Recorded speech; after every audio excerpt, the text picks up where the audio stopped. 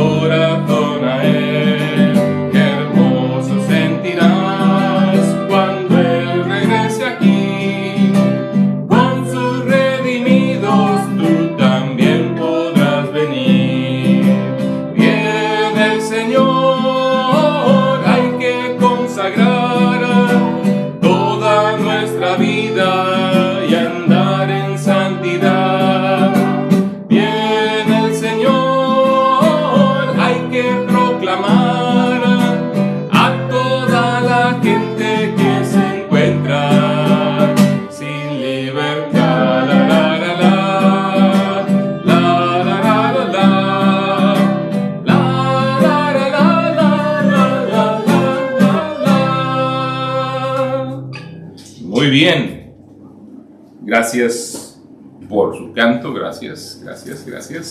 Vamos ahí a primera a los tesalonicenses para dar lectura al menos al capítulo 1 de la primera epístola, ponernos un poquito en contexto. Esta iglesia se inicia, esta carta dirigida a esta iglesia, una iglesia que surgió en situaciones únicas, espectaculares, podríamos decir.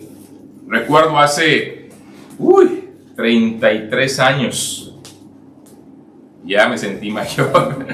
Hace 33 años estábamos en la Ciudad de México, misionero Brian Burkholder y su servidor, charlando. Hicimos equipo para predicar el Evangelio en la Ciudad de México. Y justamente en enero de 1990, hace 33 años, empezábamos. Él se había ya mudado a la Ciudad de México. Yo todavía estaba estudiando en Querétaro, aunque cada fin de semana me movía para la Ciudad de México para estar pues iniciando en el trabajo de lo que era la predicación del Evangelio en esta ciudad, en aquel lugar. Y hablábamos y decíamos, ¿cuánto tiempo el Señor nos permitirá ver fruto ver una iglesia establecida en la hermosa Ciudad de México, grande, limpia, segura. Ahora, es verdad, todo esto que estoy diciendo, no estoy siendo sarcástico, hay partes que no son limpias, hay partes que no son seguras, pero sí es una ciudad preciosa en todos sus aspectos y grandísima. La verdad que aquellos que la conocemos, yo nací ahí, crecí allá, sabemos lo grande, lo extensa, lo extendida que es, las horas que te puede tomar cruzarla, o aún ni siquiera cruzarla, llegar al centro de la ciudad y regresar a tu punto donde vivas. En cualquier punto, inclusive puede ser complicado en ocasiones. Hablábamos pues del tiempo que nos tomaría, siendo que una ciudad como la Ciudad de México es una ciudad donde la gente lamentablemente está atrapada por la tiranía de lo urgente, está atrapada por los temores de la inseguridad y la desconfianza de quien se le acerca a una persona desconocida pensando que pudiera ser un maleante, ¿verdad? Alguien que va a despojarle de sus pertenencias. Pero también, por otro lado, hay gente, desde luego, bastante solidaria, que cuando hay una situación crítica, una situación dramática como los terremotos, como situaciones graves, ¿no? Inmediatamente ayudan los incendios que hubo en su momento grande, la explosión de estas plantas de gas ahí al norte de la ciudad. Bueno, cuestiones que estoy hablando, pues cosas que pasaron hace años y otras que son un poquito más recientes, porque todavía estos 19 de septiembre, y digo, tengo que decirlo en plural, porque justamente al menos en 3 19 de septiembre ha habido terremotos muy fuertes y que lamentablemente mucha gente perdió la vida. Pero también en ese caos hemos visto la solidaridad del pueblo mexicano, particularmente en la Ciudad de México, ayudándose, y en otras partes también, pero bueno, hablando de la ciudad. Bueno, hablábamos, insisto, del tiempo que nos llevaría. Veíamos la dificultad y pensábamos, yo creo que nos tomará al menos 5 años para poder integrarnos, para poder comunicar de manera clara a alguien el Evangelio, de tal forma que esa persona responda y llegue a los pies de Cristo y empezar a ver fruto. 5 años pensábamos. Bueno, Dios tenía otros planes, y usando a otros creyentes, porque ciertamente no es que todos fueran nuevos creyentes, pero usando creyentes de otros contextos inclusive, que empezaron a darse cuenta que estábamos ahí. Una persona que sí se convirtió en la ciudad de Querétaro fue con la que empezamos a tener estudios bíblicos en su casa, en la calle de Barras, ya no me acuerdo el número, por ahí del 67, no sé si te acuerdas, bueno, por ahí, ahí empezamos a tener lecciones de la palabra de Dios, y poco a poco amigas de esta hermana y otras familiares y conocidos empezaron a llegar, y cuando menos nos dimos cuenta, en marzo de ese año tuvimos nuestra primera reunión en domingo con 26 adultos o 27 asistentes en los salones de fiestas Minuet que están ahí en la avenida Politécnico en la Ciudad de México. Y para noviembre de ese año de 1990 nos organizamos como iglesia con más o menos 70 asistentes o 70 miembros ya formalmente, y otros tantos asistentes, no recuerdo ya las cifras exactamente. Y pues los hermanos de la Iglesia Bíblica Bautista de Lindavista en la Ciudad de México, que así se llama, por ahí nos ven y pueden checar el acta constitutiva, pues por ahí debería aparecer esta información más precisa. Ahora, fue un milagro para nosotros, fue un milagro del Señor. No fue la habilidad, no fue el trabajo arduo, aunque hubo trabajo, aunque Dios usó lo que pudimos hacer, pero finalmente fue Dios. Pero cuando llegamos a la historia en el libro de los Hechos de cómo se estableció la iglesia de Tesalónica, nos damos cuenta que no pasaron un año, no pasaron 5 años, no pasaron 2 meses, pasaron 2 semanas o 3 tal vez, las cuales Dios utilizó al apóstol Pablo, que venía siendo perseguido y que tuvo que salir por ser perseguido. Lo querían matar, pero él no se detenía y seguía predicando el evangelio donde quiera que fuera, y de alguna forma providencial, Dios utilizó esa visita relámpago a esta ciudad para tocar la vida de gente y para traerlos a él, y para que se estableciera esta iglesia en medio, como dice la Escritura, de gran tribulación. A veces nos quejamos de las situaciones que nosotros pasamos, pero los hermanos de Tesalónica junto con Pablo inclusive sufrieron inmediatamente la cárcel y los golpes por haber estado con el apóstol. Pero vamos ahí a los Tesalonicenses capítulo 1, donde empezamos a ver la carta que Pablo posteriormente dirige a esta iglesia, haciendo justamente alusión a este inicio de la iglesia. Ahora, cuando hablamos de prepararnos para su venida, ¿qué tiene que ver el nacimiento de una iglesia con prepararnos para su venida? Tiene que ver con la obra de Dios que hace a través de la iglesia en los corazones de cualquier persona en cualquier parte del mundo. Uno de los problemas que existe hoy a nivel mundial y que a lo largo de la historia ha ocurrido y que se ha distorsionado la misión de la iglesia, es que se cree o se piensa que la iglesia está solamente para atender aspectos de carácter de acción social. Se cree que la función de la iglesia tiene que ver con hacer misericordia. Ahora, el creyente en general debe de hacerlo, pero la misión de la iglesia no es esa.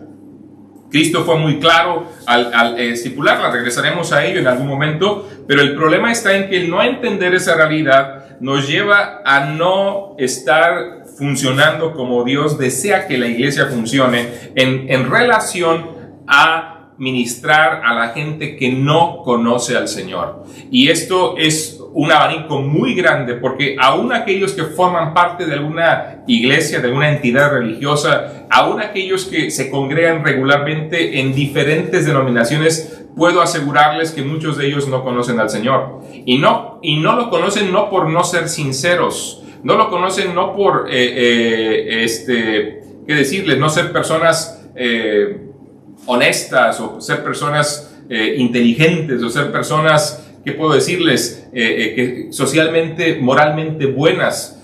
No lo conocen porque simple y sencillamente no les han llegado a instruir lo que es el Evangelio de Cristo Jesús. No les han llegado a confrontar con su condición verdadera delante de Dios. Y la misión de la iglesia está para cumplir la misión de Cristo, que recordemos, según Mateo capítulo 28, versículos 18 al 20, es que vayamos a todas las naciones y hagamos discípulos, bautizándolos en el nombre del Padre y del Hijo y del Espíritu Santo, enseñándoles que guarden todas las cosas que os he mandado, dice el Señor, y aquí yo soy con vosotros todos los días hasta el fin del mundo. Y podríamos reiterarlo en la comisión que registra Marcos, y por todo el mundo y predicar el Evangelio a toda criatura, la que registra Lucas también, que justamente el Señor nos encomienda a su iglesia, a sus discípulos, la predicación del Evangelio, como está registrado en ella, y el libro de los Hechos, que una vez más también dice: y me seréis testigos cuando haya descendido sobre vosotros el Espíritu Santo, y recibiréis poder, me seréis testigos en Jerusalén, en Samaria, en Judea y hasta lo último de la tierra. Entonces, vemos claramente, y podríamos seguir citando pasajes de la Escritura que nos muestran este propósito del Señor, pero el problema está en que muchas iglesias o denominaciones religiosas más bien han perdido de vista, aún teniendo la Escritura, aún diciendo que son bíblicas en su funcionamiento, aún diciendo que es a Jesucristo en quien creen y a quien siguen, han hecho a un lado por completo la misión que el Señor mismo nos ha dejado, y han abrazado cualquier otro tipo de actividad, a veces simple y sencillamente para acallar la conciencia, y no se atreve la persona o los miembros de esa denominación religiosa a compartir, no a imponer, no a ¿cómo decirlo?, a pelearse, a argumentar, discutir en el sentido negativo, intentar imponer una manera de pensar sobre otras personas, simplemente dando el anuncio, simplemente cumpliendo con comunicar la verdad del Evangelio, el Evangelio que tiene, desde luego, dos facetas. Para el creyente son las más gloriosas y grandiosas noticias de salvación y vida eterna. Para el incrédulo es una declaratoria de condenación eterna. Y por eso es importante que entendamos una cosa, que la propagación del Evangelio y su posterior enseñanza al nuevo creyente es imperativo en torno a la función de la iglesia. La acción social está bien, el establecer colegios es muy bueno, el ayudar a la gente, claro que es excelente, pero esa no es la misión de la iglesia. Y si la iglesia no entiende y despierta su responsabilidad, seguirá diluyéndose y conformándose a lo que el mundo le dicta y no a lo que Dios en su palabra nos dicta. A los tesalonicenses dice Pablo, Silvano y Timoteo. Silvano, entiéndase, Silas, el segundo compañero del apóstol Pablo en sus viajes misioneros, a la iglesia de los tesalonicenses, en Dios Padre y en el Señor Jesucristo, gracia y paz sean a vosotros de Dios nuestro Padre y del Señor Jesucristo. Damos siempre gracias a Dios por todos vosotros, haciendo memoria de vosotros en nuestras oraciones. Y Pablo tenía razón y tenía motivaciones grandes para seguir orando por los tesalonicenses.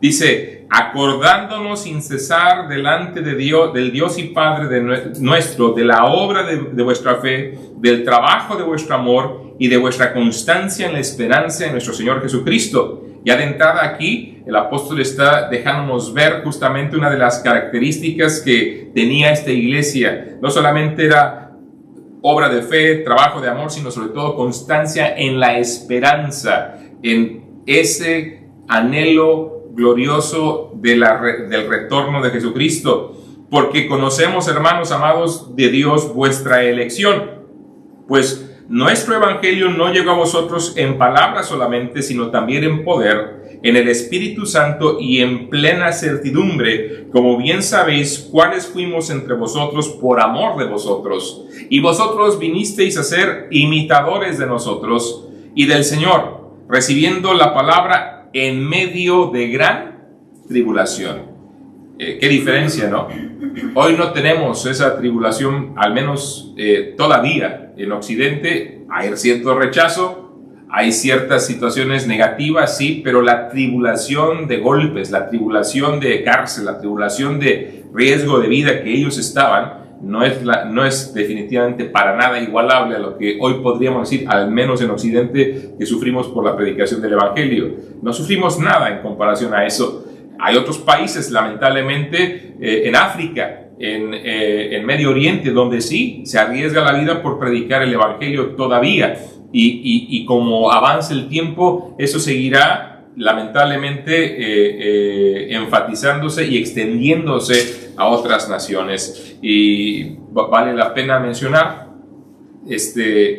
ciertamente en España recientemente tuvimos una situación muy lamentable de una persona de una creencia religiosa atacó a otra, una que no se declara cristiana, otra que sí se declara cristiana, y por el hecho de no compartir eso, claro, se dice que esta persona tiene otros tipos de trastornos, pero no deja de ser lamentable que el detonante fue su pensamiento de que este sacristán merecía la muerte por no ser de esta otra religión. Y no lo menciono y no lo digo por el hecho de subrayar negativamente a quien no comparte la fe cristiana. Estoy diciéndolo por el hecho de que nos demos cuenta de la intolerancia que hay con aquellos que proclamen una identificación con Cristo contra aquellos que no lo tienen, y que hoy a través de otras religiones puede haber un ataque, pero no solamente a través de esas declaradas abiertamente denominaciones o religiones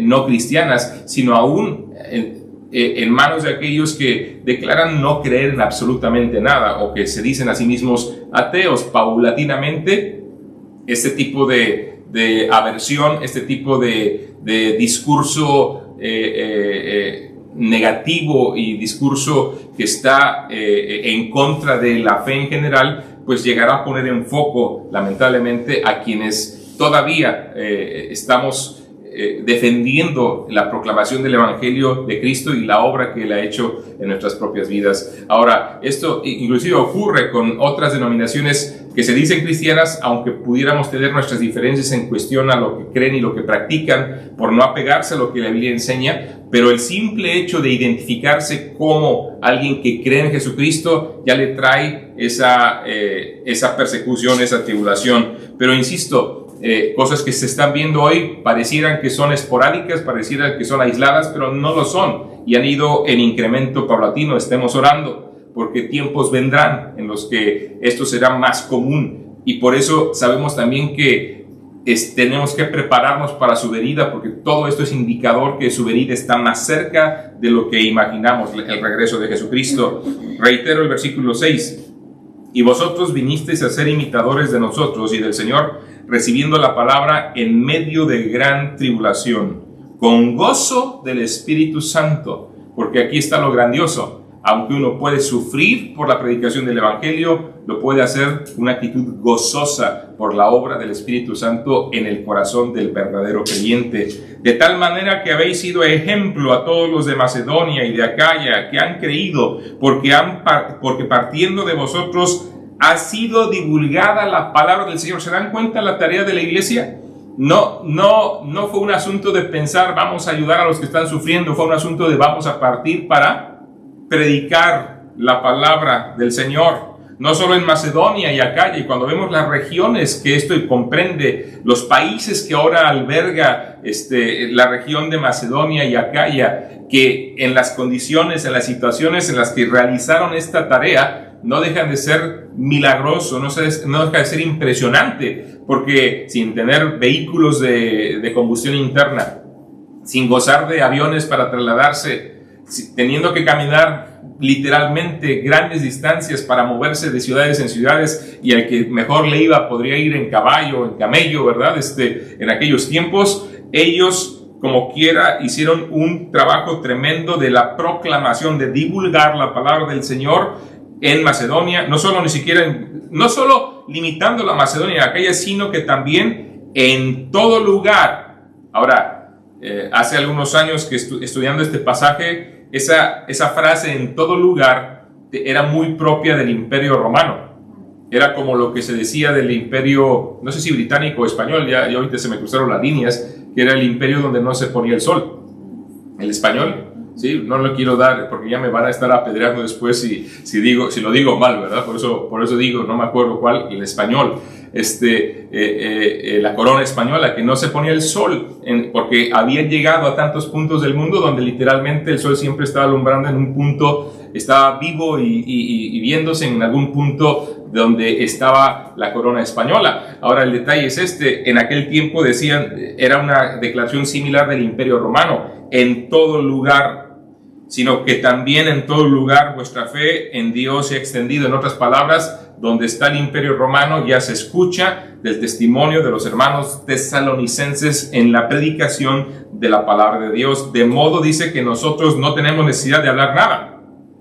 Pablo estaba viajando con Silas, con Timoteo, para proclamar el Evangelio, y llegaban y decían: sí, es que ya nos dijeron, es que sí, lo que dices ya lo escuchamos. ¿Quiénes? Pues unos de Tesalónica que vinieron, hemos escuchado de ellos, y de ellos salió la palabra, y de ellos y la hemos recibido, porque ellos mismos cuentan de nosotros la manera en que nos recibisteis y cómo os convertisteis de los ídolos a Dios para servir al Dios vivo y verdadero y esperar de los cielos a su Hijo, al cual resucitó de los muertos, a Jesús, quien nos libra de la ira venidera. Y una vez más vemos el testimonio que Pablo utilizaba, era el hecho de la predicación del Evangelio que había realizado en Tesalónica, cómo Dios los había convertido, cómo se habían transformado, cómo habían abandonado la idolatría para adorar al único Dios vivo y verdadero, y cómo ahora vivían con una esperanza que les motivaba. Y esa esperanza está ahí en el versículo 10, la esperanza que es y tiene que ser, y como lo dice, el regreso de Cristo, y esperar de los cielos a su Hijo, al cual resucitó de los muertos, a Jesús. ¿Por qué esperarlo? Porque Él viene a librarnos de la ira venidera. Muy apropiado también su mensaje por lo que estaban sufriendo. Muchas personas podían pensar que estaban sufriendo cosas terribles y que a lo mejor no merecía la pena seguir al Señor Jesucristo por lo que estaban sufriendo. Pero había algo que los motivaba. Abrazar la fe en Cristo era también abrazar la esperanza que el Hijo de Dios regresaría para llevarles y librarlos, no de la tribulación que sufrían, sino de la ira que de Dios se manifestaría y se revelaría contra la incredulidad del ser humano. De ahí la importancia de prepararnos para su venida. ¿Por qué? Porque si no estás listo, serás dejado. Y si eres dejado, sufrirás la ira. Y no es por espantar a la gente. Y es que a veces sí es verdad que en tiempos pasados, en sectores religiosos, se empleaban estas verdades para mantener sometida a la gente y mantenerla atemorizada. No, la razón de este mensaje es un mensaje de salvación, de que no te pase esto. Abraza la fe en Cristo, síguelo a Él para que la ira del Señor no caiga sobre tu vida, porque Dios no quiere tu mal, quiere tu bien, porque dice el Evangelio de Juan que el Hijo de Dios no vino para condenar al mundo, sino para que el mundo sea salvo por Él. Toda la Escritura nos muestra que el anhelo de Dios principalmente es rescatar al perdido, no es condenarlo.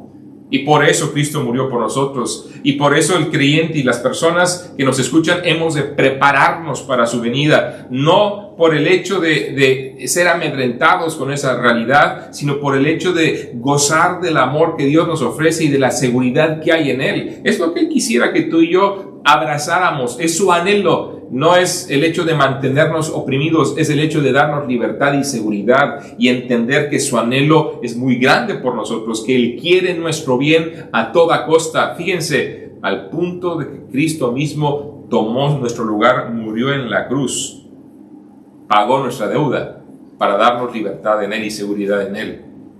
¿Te das cuenta? No es un tema de amedrentarnos en el sentido negativo, sino es un tema de darnos cuenta del peligro real del cual Cristo quiere rescatarnos. Ahora, las iglesias, la iglesia en Tesalónica nos muestra lo que debemos de ser. Y tenemos que reconocer nuestra identidad misma en Cristo para poder funcionar en congruencia a lo que Dios nos llamó a hacer. Estar preparados para recibir al Señor, estar preparados para su vida, exige que tú mismo seas parte de la iglesia. Exige que tú mismo seas parte de la iglesia, pero la pregunta es, ¿cuál iglesia? No existen iglesias perfectas. Y es más, como alguien dijo por ahí, si encuentras la iglesia perfecta, no te metas a ella, no te hagas parte de ella, porque entonces la vas a echar a perder. ¿Qué denominación? Pregunta mucha gente, porque todo mundo dice, ¿verdad?, que tiene la verdad, sean fulanos o perenganos, sean bautistas, sean presbiterianos, sean católicos, sean mormones, sean testigos de Jehová, sean lo que sean musulmanes, sean confusionistas, que confunden o qué, o sea, lo que sean. Ahora, siempre lo he dicho así. Nosotros somos bautistas de denominación, pero seguimos a Jesucristo. Hay una razón por la cual ser bautista, pero aún esa razón, tristemente, con el paso del tiempo ya es menos fuerte que lo que fue en el pasado.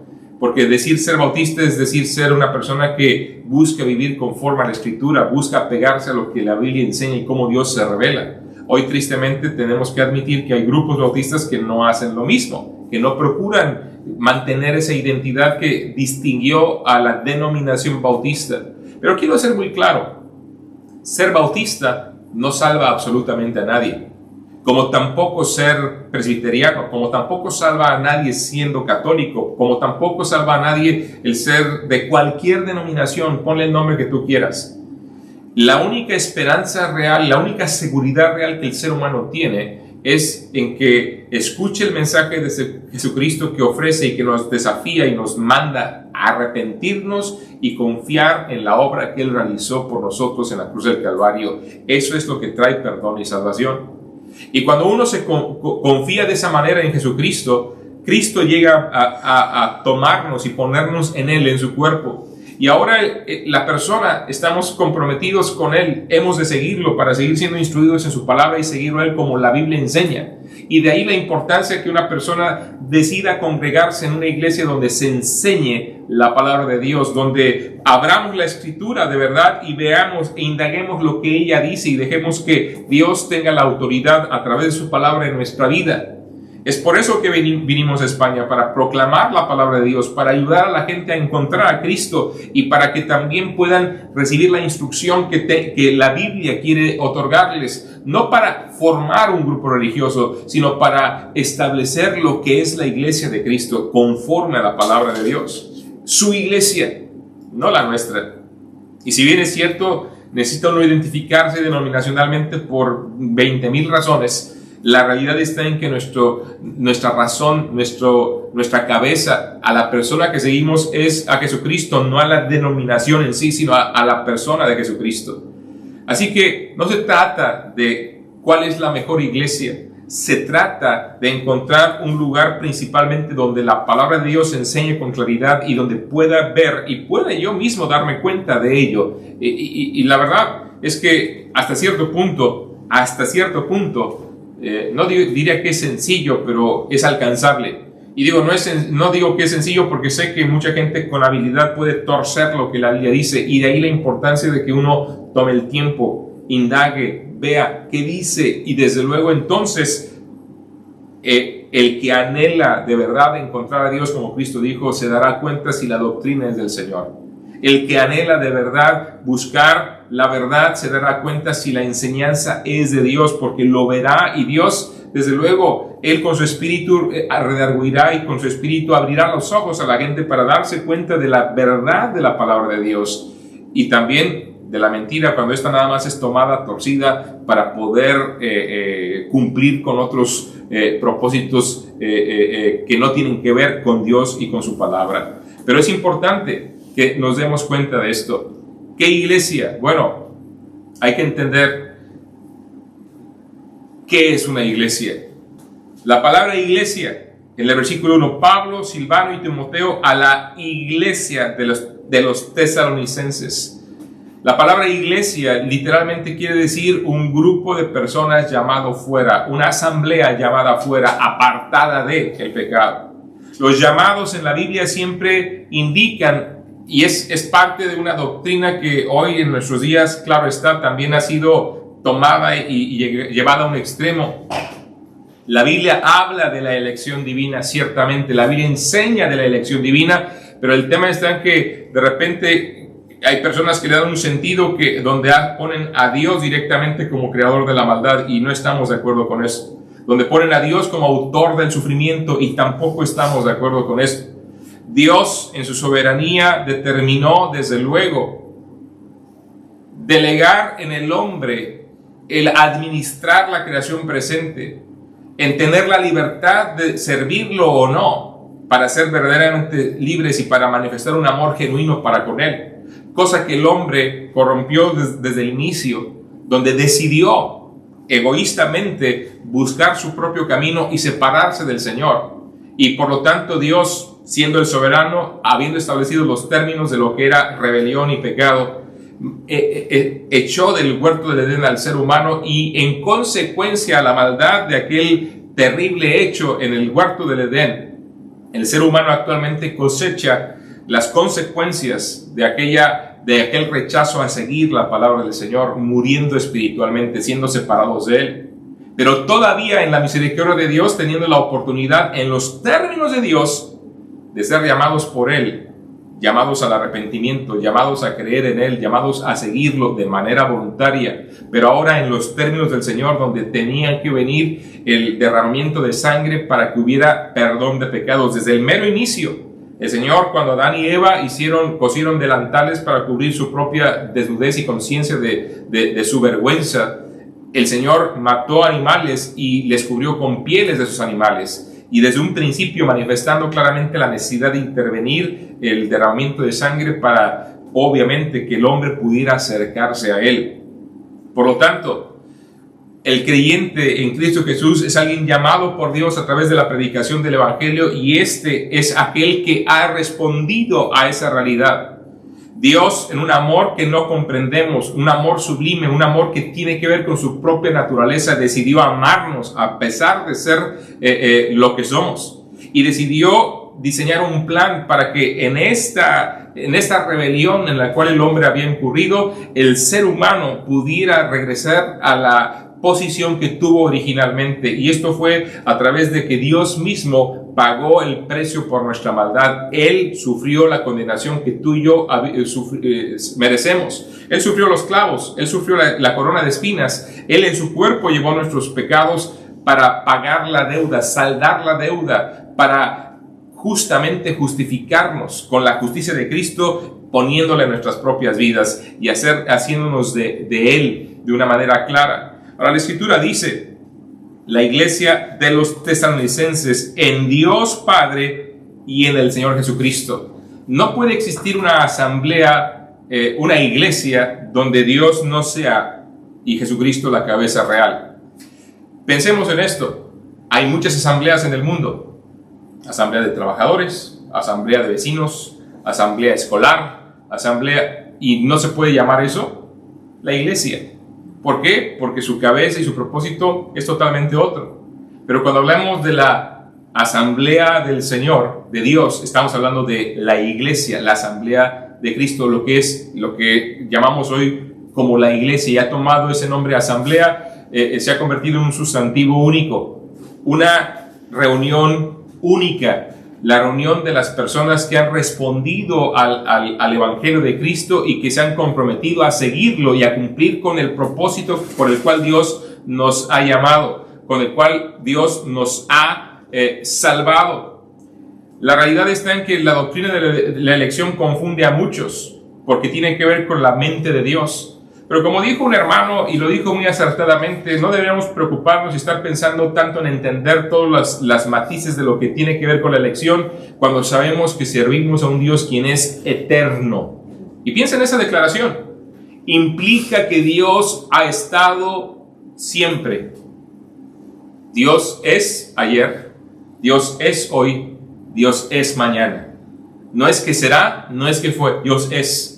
Él estando eternamente presente en todas las situaciones, de ahí podemos intentar, no entender, intentar acercarnos a darnos cuenta de la realidad de cómo en Cristo ya estábamos desde la fundación del mundo. Pero cuando yo me arrepentí y llegué a estar en Cristo, es como si hubiera estado con Él por toda la eternidad, porque la vida que tengo en Él es la vida de Él, una vida de carácter eterno que no tiene principio y no tiene fin. Y por lo tanto, en Él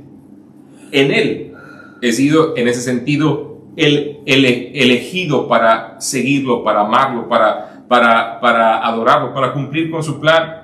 Y la Escritura siempre nos muestra este asunto de la elección mayormente orientado al propósito de Dios en torno a lo que Él quiere hacer con nosotros. Los términos de Dios para la salvación no tienen que ver con lo que tú y yo podamos hacer. Fíjense, damos siempre gracias a Dios por todos vosotros, haciendo memoria de vosotros en nuestras oraciones, acordándonos sin cesar delante del Dios y Padre nuestro de la obra de vuestra fe, del trabajo de vuestro amor y de vuestra constancia en la esperanza en nuestro Señor Jesucristo, porque conocemos, hermanos amados de Dios, vuestra elección.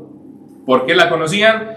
Pues nuestro evangelio no llegó a vosotros en palabras solamente, sino también en poder, en el Espíritu Santo y en plena certidumbre, como también sabéis cuáles fuimos entre vosotros por amor de vosotros, y vosotros vinisteis a ser imitadores de nosotros y del Señor, recibiendo la palabra en medio de gran tribulación con gozo del Señor. Cuando una persona recibe el evangelio, cuando una persona se arrepiente, en un sentido está respondiendo a ese llamado del Señor al arrepentimiento y llega a ser, por lo tanto, alguien seleccionado, alguien de Dios ahora, elegido por Dios, de Dios y para cumplir su propio propósito. La salvación tiene que ver con Dios. Dios es quien salva, no nosotros. No podemos salvarnos por lo que hacemos, no podemos salvarnos por la iglesia a la cual pertenecemos, no podemos salvarnos por los méritos propios. Tiene que ver con la obra de Dios. La elección de Dios atiende al plan que Dios decidió establecer para perdonar al hombre. Y esto no tiene que ver con lo que el hombre haga, sino con lo que Dios ha hecho. Dios envió a su Hijo para morir por nuestros pecados. Dios envió a su Hijo para tomar nuestro lugar en la cruz del Calvario y tomar el castigo que merecíamos. Dios envió a su Hijo para perdonarnos en su sangre y limpiarnos en su sangre. Dios envió a su Hijo para predicar el arrepentimiento. Y Dios nos dice que el que se arrepiente y cree en Él, tiene vida eterna. La salvación siempre se inicia, siempre se realiza y siempre se otorga por parte de Dios y no por lo que el hombre puede hacer. Dios, por eso, es el que elige la forma a través de la cual el hombre será salvo. Y una vez que un hombre responde a los términos de Dios, se convierte en alguien tomado por Dios y hecho suyo directamente. La salvación, por lo tanto, involucra el amor de Dios. Pablo llamó a estos hermanos santos, hermanos amados. No solo amados por Pablo, sino también por Dios. Amados realmente por Dios. Ahora, ¿cómo podemos saber que Dios nos ama? Siempre la gente pregunta. El amor de Dios se hizo posible el Calvario. Si Dios no nos hubiera amado, no hubiera habido Calvario. Cuando hablamos del Calvario, hablamos de la muerte de Cristo. En Romanos capítulo 5, versículo 8 dice: mas Dios muestra su amor para con nosotros en que, siendo aún pecadores, Cristo murió por nosotros. Cristo murió por nuestros pecados. Pero no solamente el amor de Dios es lo que salva al pecador, sino también su gracia, que es su favor que no merecemos. Él murió en la cruz sin que nosotros lo mereciéramos. Él muere en la cruz pagando un precio que nosotros no merecíamos que pagara. Es más, el ser humano merece exactamente lo opuesto. ¿Saben? Siempre que la gente cuestiona por qué Dios permite que suframos, tengo que recordarles una cosa: todo ser humano merece más que sufrir, merece la condenación eterna. Todo ser humano. Si sufrimos algo, no culpes a Dios porque creas tú que no mereces sufrir, que no merece nadie sufrir, sino que son las consecuencias propias de que el ser humano nació espiritualmente y que en el pasado decidió rechazarlo y que sigue rechazándolo. Y que hoy cosechamos, y que sí, desde luego dirán algunos, pero es que esos pobres inocentes, es que ningún ser humano es inocente delante de Él. Mira lo que dice Romanos capítulo 3 en torno a la condición del hombre. Versículo 10. Como está escrito: no hay justo ni aun uno. No hay quien entienda, no hay quien busque a Dios. Todos se desviaron, a una se hicieron inútiles. No hay quien haga lo bueno, no hay ni siquiera a uno. Sepulcro abierto es su garganta, con su lengua engañan. Veneno de áspides hay debajo de sus labios. Su boca está llena de maldición y de amargura. Sus pies se apresuran para derramar sangre. Quebranto y desventura hay en sus caminos, y no conocieron camino de paz. No hay temor de Dios delante de sus ojos. Y tal vez alguno dirá: bueno, es que yo no soy todo eso. Tal vez no seas todo eso, pero déjame decirte una cosa: sí somos personas que no somos justas. No hay justo ni aún uno. En otras palabras, no tenemos la justicia que alcance a otorgarnos la salvación, que alcance a hacernos merecedores de un lugar con el Señor, ser justos de manera perfecta. No existe en el mundo. Por lo tanto, no tiene que ver con lo que merecemos el sufrimiento, porque si realmente recibiéramos lo que merecemos todos, todo ser humano, sin excepción, irá al infierno. Todo. Pero Dios muestra su amor para con nosotros en que, siendo aún pecadores, Cristo murió por nosotros, porque Él no quiere que terminemos en condenación. Y Él salvará a quienes respondan a su mensaje. Él salvará a quienes respondan a su ruego de arrepentimiento. Él salvará a quienes respondamos a su amor. El amor que Él manifestó en la cruz del Calvario por nosotros. Dice aquí en el versículo 1: gracia y paz sean a vosotros. Gracia, la oferta inmerecida de la salvación de Dios, el favor que Dios hace a favor nuestro en el perdón en Cristo Jesús, el sacrificio que realiza para que tú y yo no tengamos que morir por la eternidad. Él lo sufre en la cruz del Calvario. Gracia, si recibimos la gracia del Señor, recibiremos también su paz, porque Él quiere que vivamos en paz con Él y con su paz por la eternidad. Gracia y paz sean a vosotros. Pero esta salvación requiere fe, porque por gracia sois salvos por medio de la fe. Y esto no de vosotros, pues es don de Dios, dice la Escritura. Pablo, Silvano y Timoteo llevaron el Evangelio a Tesalónica y predicaron en el poder de Dios, dice el versículo 5, pues nuestro Evangelio no llegó a vosotros en palabras solamente, sino también en poder, en el Espíritu Santo y en plena certidumbre, como bien sabéis cuáles fuimos entre vosotros por amor de vosotros. Ellos llegaron a predicar y predicaron con poder. Algunas personas, no muchas, que oyeron el mensaje, creyeron y se convirtieron de los ídolos al Dios vivo y verdadero. Versículo 9, porque ellos mismos cuentan de nosotros la manera en que nos recibisteis y cómo os convertisteis de los ídolos a Dios para servir al Dios vivo y verdadero. Ahora, esto nos manifiesta lo que es la verdadera acción de la fe, la obra de la fe.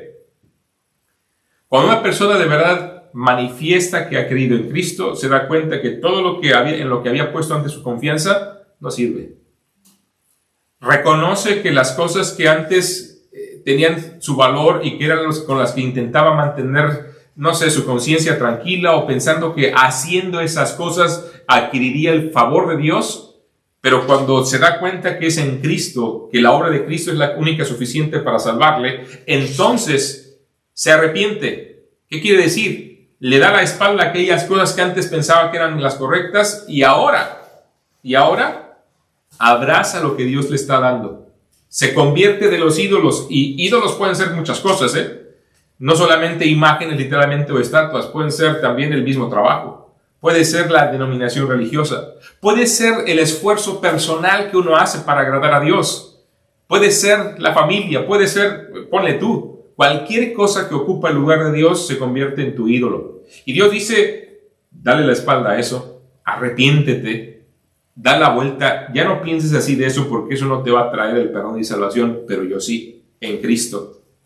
Entonces se le da la espalda a esos ídolos y ahora se abraza al Dios vivo y verdadero, no algo muerto, no algo inanimado, no un anhelo abstracto, no, la persona y la obra de Cristo a favor nuestro, porque ellos mismos cuentan de nosotros la manera en que nos recibisteis, recibiendo la palabra, recibiendo a las personas, y cómo os convertisteis de los ídolos a Dios. Y nota, la obra de la fe te hace abandonar aquello que creías que era lo correcto para abrazar lo que Dios te ofrece. Pero luego dice el trabajo de vuestro amor para servir al Dios vivo y verdadero, para seguirlo a Él, para hacer lo que Él quiere, como Él lo quiere, de acuerdo a como Él lo revela en su propia palabra. Y estos elementos son lo que va planteando y va manifestando la preparación para estar listos para su vida, para estar listos para su venida, para que seamos suyos, para que seamos personas que de verdad somos suyas. Esa salvación, insisto, requiere la fe, el elemento clave, el arrepentimiento y la fe que nos llevan a Cristo. El Espíritu de Dios usó la palabra de Dios para producir fe. ¿Recuerdan lo que dice Romanos capítulo 10, versículo 17? Así pues, que la fe es por el oír, y el oír por la palabra de Dios. La fe, todo ser humano tiene fe en el sentido de que todo ser humano ubica su confianza en cualquier cosa. En cualquier cosa tienen fe. Aún el ateo, su fe está en la idea de la no existencia de Dios. Es una fe establecida en esas cosas. Pero la verdad está en que cuando uno escucha la palabra de Dios, el Espíritu Santo obra en nuestras vidas y nos da la fe para poder creer en el Señor Jesucristo. Muchas de las personas que dicen es que yo no puedo creer, la realidad lo que necesitan es meterse a la Escritura y darse cuenta de lo que ella dice, y Dios obrará en tu corazón para ayudarte a establecer la fe en la verdad del Evangelio. Pablo llamó a esto también la santificación por el Espíritu y la fe en la verdad, pero esto es la segunda carta a los tesalonicenses, capítulo 2, versículo 13. Pero el punto aquí que queremos resaltar es que la salvación requiere la fe. Y la fe no se logra sin la predicación del Evangelio. Y por eso tenemos que entender, como iglesia, estamos llamados a proclamar el Evangelio de Cristo a toda criatura. La gente no se salva por darles un plato de sopa, aunque no digo que el que necesita y que si puedes dárselo, dáselo, manifiesta así el amor del Señor. Pero si el darle el plato de sopa te silencia para hablar del Evangelio, o sea, es una cosa, mejor no les des el plato de sopa y dale el Evangelio, porque de nada le servirá que hoy tenga una comida que le llene el estómago por hoy y que pasen la eternidad en la condenación eterna. Hace algunas semanas he estado intentando compartir con una persona que está en una situación miserable, una situación de esas que de verdad duele, porque viven en la calle, porque están pidiendo ayuda, porque situaciones difíciles que han pasado. Y es muy complicado hablar a una persona que tiene gran necesidad, como aquella que tiene, a veces pensaríamos que el que tiene mucha necesidad más fácilmente aceptará el mensaje de salvación, y créeme que no es así. Y aún el que tiene mucho, porque tiene mucho, no quiere buscar y no quiere saber nada de Dios porque siente que está bien. Y el que no tiene nada, a veces tampoco quiere saber nada de Dios porque dice, es que Dios me ha habilitado. ¿Dónde? ¿Cuál Dios? Esa persona particularmente me ha dicho que ha hecho cosas de las cuales tuvo que hacer, que estuvieron mal, pero dice literalmente, no me arrepiento. Ahora entiendo lo que está diciendo. Hizo lo que él creyó que necesitaba hacer para seguir con vida y para poder tener que comer. Entiendo lo que dice, no lo justifico, pero entiendo lo que dice. Siempre hay otra opción, siempre la hay. El asunto está en que aceptemos que tendremos que sufrir algunas cosas. Y he estado comunicándole el Evangelio a esta persona.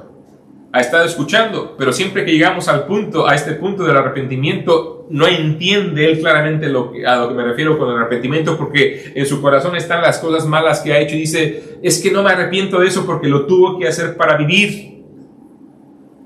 No sé si se dan cuenta la diferencia del arrepentimiento del cual Dios quiere que abracemos y el arrepentimiento que este hombre está manifestando. Él dice, pues tuve que hacer lo que tuve que hacer, pero Dios quiere que te des cuenta que el problema no está en lo que hiciste, sino está en tu corazón que no reconoce que te has rebelado contra Él y que mereces la condenación. Y que requiere ahora que ubiques tu fe en Él, no en tu capacidad para tu sustento, sino en la capacidad de Dios para perdonarte y salvarte. La salvación involucra al Dios Trino. En esta carta, una y otra vez se revela la doctrina de la Trinidad. Los verdaderos creyentes creemos en un Dios que existe en tres personas: Dios Padre, Dios el Hijo y Dios el Espíritu Santo. Y tengamos presentes que estas tres personas participan en nuestra salvación de una manera activa. Esto nos va a ayudar siempre a evitar los errores peligrosos de negar la responsabilidad humana o restarle importancia a la soberanía divina, ya que ambas enseñanzas están en la Biblia. En lo que a Dios el Padre se refiere, fui salvo cuando Él me escogió en Cristo Jesús antes de la fundación del mundo. Pero en lo que se refiere a Dios el Hijo, fui salvo cuando Él murió por mí en la cruz y yo confié en Él. Y en lo que al Espíritu Santo se refiere, fui salvo, en este caso, el 4 de mayo de 1986, cuando escuché la palabra de Cristo, de Dios, y confié en Cristo Jesús como mi Salvador. En ese momento el plan de Dios se completó y llegué a ser hijo de Dios de verdad. Y si me hubieras preguntado esa mañana si yo era uno de los elegidos, la verdad no hubiera sabido qué contestar porque ni entendía nada absolutamente de eso. Y aún no quiero decir que lo entienda por completo. Pero sé una cosa, que Dios me amó lo suficiente para enviar a su Hijo para salvarme.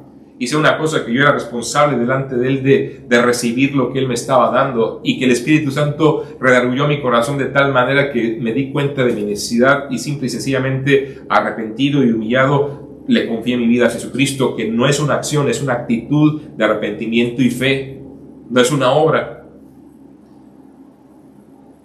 Pero tengo que entender también que prepararme para su venida implica también una transformación de vida, porque la salvación nos cambia la vida. ¿Cómo supo el apóstol Pablo que los tesalonicenses eran hijos de Dios, eran del pueblo de Dios? ¿Cómo podrías decir tú claramente que tú eres hijo de Dios? Algunas personas piensan que es tan solo nacer, todo el mundo es hijo de Dios. Es un error, porque la Biblia no enseña esto. Hay cosas que a veces pensamos porque alguien nos la dijo y son tradiciones nuestras, pero no es lo que Dios enseña en su palabra. Sabes, muchas personas piensan, bueno, es que es un tema espiritual, es algo del corazón. Sí, pero lo que hay en el corazón se manifiesta en lo que hago y en lo que digo y cómo vivo y cómo visto y cómo hablo. La salvación nos cambia la vida. Pablo supo que los tesalonicenses eran de Dios porque vio un cambio en sus vidas. Mira el versículo 3. Mira primero lo que veía, ¿de qué se acordaba? ¿Por qué oraba el apóstol Pablo por los tesalonicenses? Acordándonos sin cesar delante del Dios y Padre nuestro, de la obra de vuestra fe, del trabajo de vuestro amor y de vuestra constancia en la esperanza en nuestro Señor Jesucristo. Hay 3 elementos aquí que identifican a los tesalonicenses como creyentes. Pablo podía ver la obra de su fe. ¿Se puede notar en tu vida la obra de la fe que tienes en Dios, en Cristo? En el Espíritu. El trabajo de vuestro amor.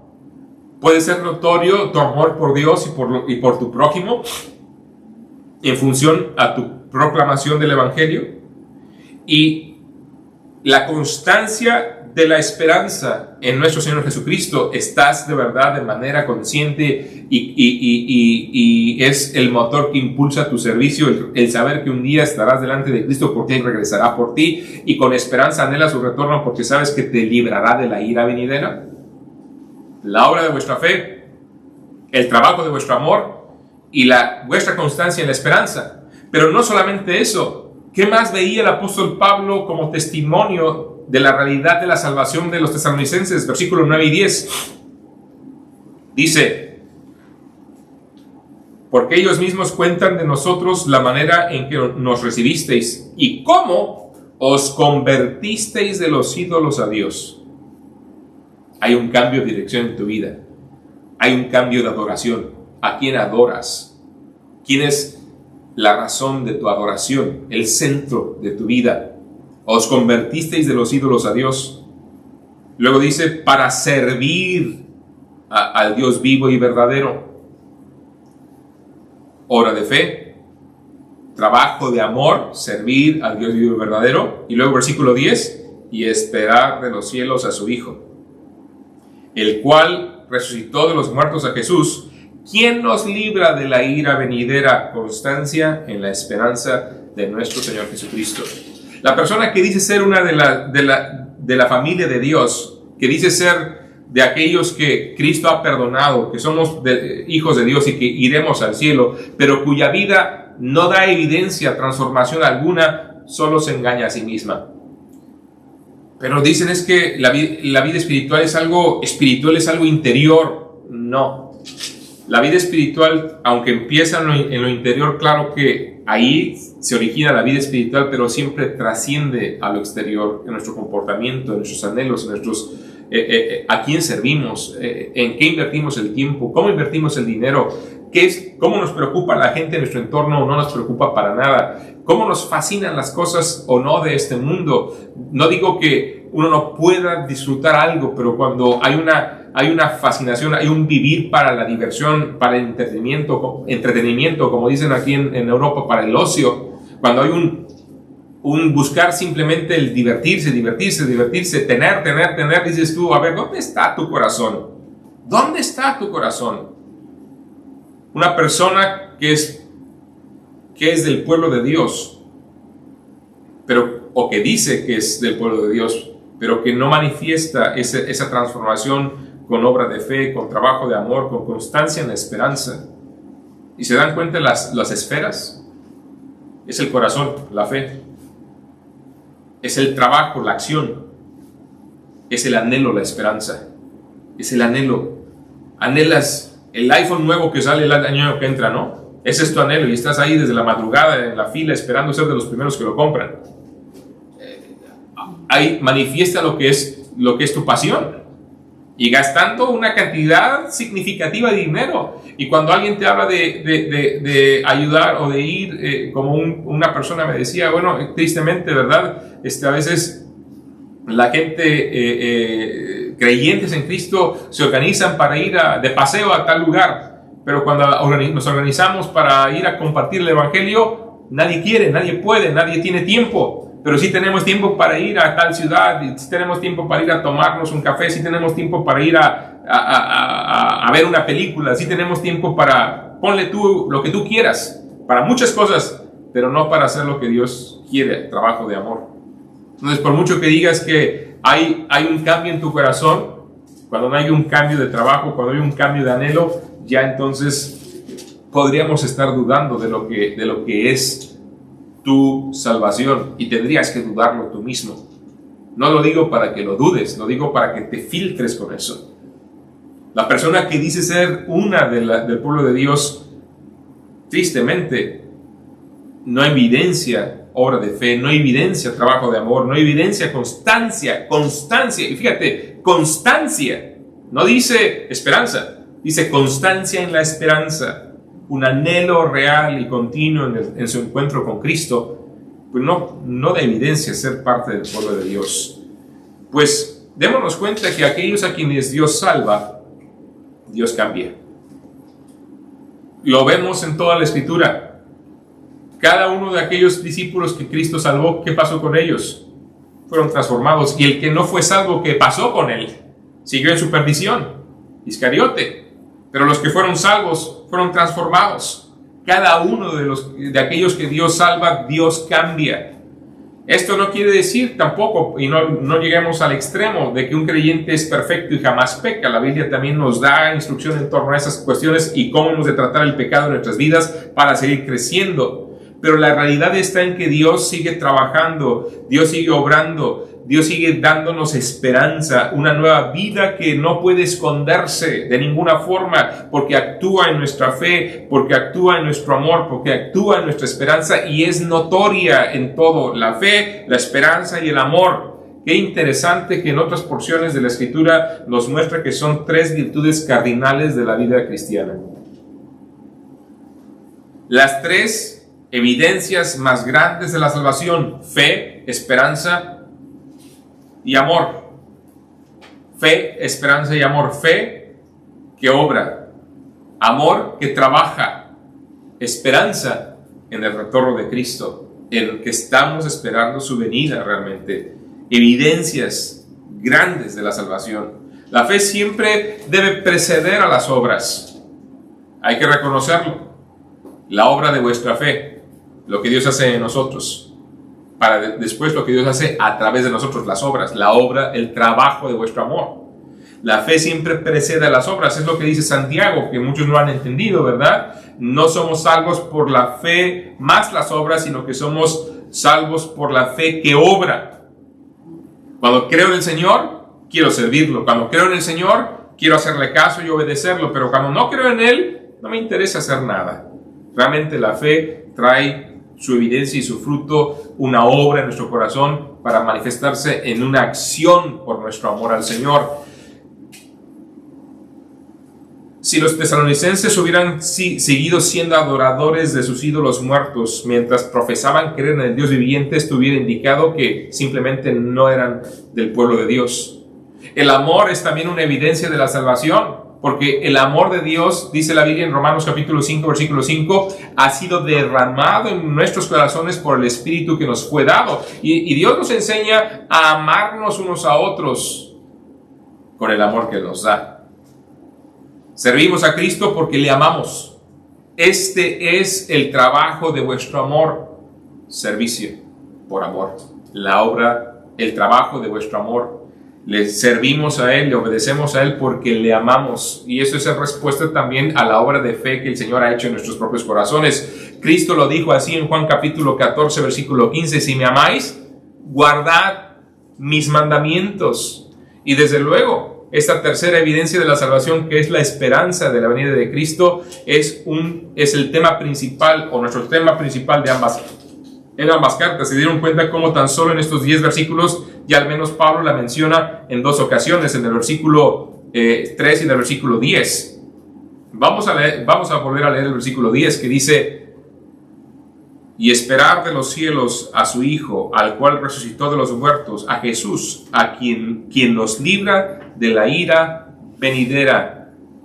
La venida de Cristo es el tema principal de esta carta, de estas 2 cartas. Y por eso hemos de prepararnos para su venida. ¿Cómo nos preparamos para su venida? ¿Cómo? Primero siendo salvos. Arrepentido y confiando en Cristo, seas parte del pueblo de Dios.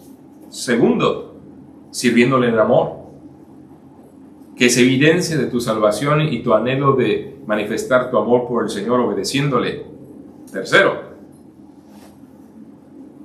purificando tu vida por la esperanza que hay en Cristo Jesús en tu corazón, sabiendo que el Señor vendrá como lo prometió de manera ciertísima. La fe, la esperanza y el amor son las evidencias de la salvación en un creyente.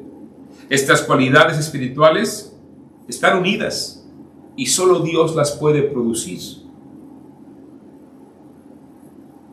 Una iglesia verdadera en Cristo Jesús, compuesta por personas salvadas por Dios, es decir, que Cristo con su gracia nos ha alcanzado y que hemos respondido a la salvación en Cristo, la obra de Cristo. Es una iglesia que tiene los elementos para cumplir su propósito y para guardar con esperanza. Pero se dan cuenta, la obra de fe tiene que ver con la salvación que Dios realiza y se evidencia a través del trabajo del amor, el querer obedecer al Señor, querer seguirlo. Pero también el motor para continuar es la constancia en la esperanza que Cristo regresará por nosotros, la esperanza en que Cristo en cualquier instante nos va a arrebatar. Hablaremos de eso cuando nos toca estudiar el capítulo 4, especialmente de esta epístola. Y estos tres elementos son cardinales para prepararnos para su retorno, porque en uno encontramos que somos de Él, que hemos sido perdonados y hemos sido rescatados. En otro manifestamos y vemos el fruto claro, evidente, exterior de la salvación que hay en Cristo, el trabajo de nuestro amor. Y en otro vemos el anhelo del corazón que nos perfila a seguir con claridad y fidelidad y esperanza nuestro encuentro glorioso con Cristo, que es la afirmación de la fe, que es la afirmación de la obra y el servicio que estoy dando, porque estoy esperando reencontrarme con mi Salvador para estar con Él por la eternidad y recibir de Él, sí, la recompensa que traerá para poder adorarlo con ella misma. Estos tres elementos en una persona manifiestan que está lista, pero son tres elementos que han de ser constantes en nuestra propia vida y que se manifiestan desde luego, porque no es algo que produzcamos, sino es algo que se genera por la predicación de la Escritura, que la fe sigue obrando en nuestros corazones, sigue actuando en nuestras vidas. La obra de la fe sigue haciendo Dios en nosotros, para luego hacer a través de nosotros el trabajo de vuestro amor. Por amor al Señor le servimos, trabajamos, hacemos, proclamamos su nombre. Y la constancia en la esperanza, que nos da también ese impulso continuo para vivir una vida que le agrada a Él, porque sabemos que nos encontraremos con Él y que le rendiremos cuentas de nuestra propia vida. Pero ese encuentro no es un encuentro temeroso de que le voy a rendir cuentas, es un encuentro glorioso de traer el fruto de mi vida delante de Él, porque ese encuentro manifiesta que Cristo me habrá rescatado de la ira venidera. ¿Se dan cuenta? El encuentro con el Señor no es un asunto de temor porque me voy a encontrar con Él para el que es de Cristo, sino es un asunto de esperanza porque Él me habrá rescatado de la ira que viene a este mundo, pero al mismo tiempo me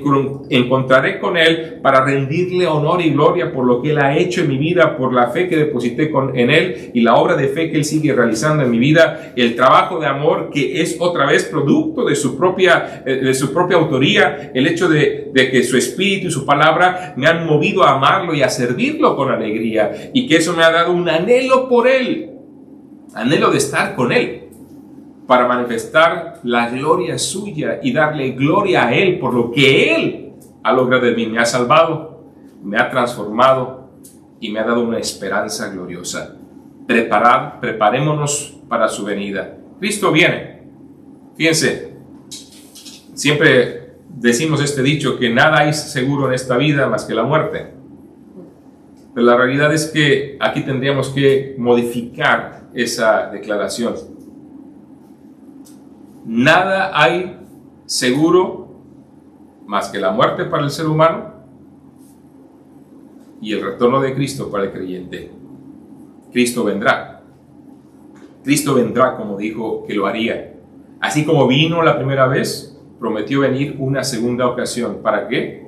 Para rescatarnos de la ira venidera.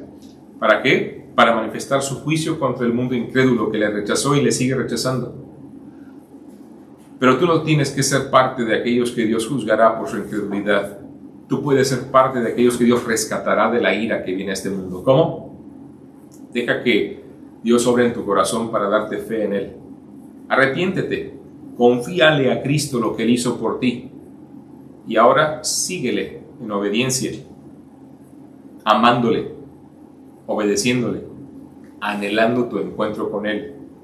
Cristo murió para salvarte, Cristo murió para perdonarte, Cristo te sigue ofreciendo a través de nosotros, a través de su palabra. Hoy proclamamos simplemente su palabra.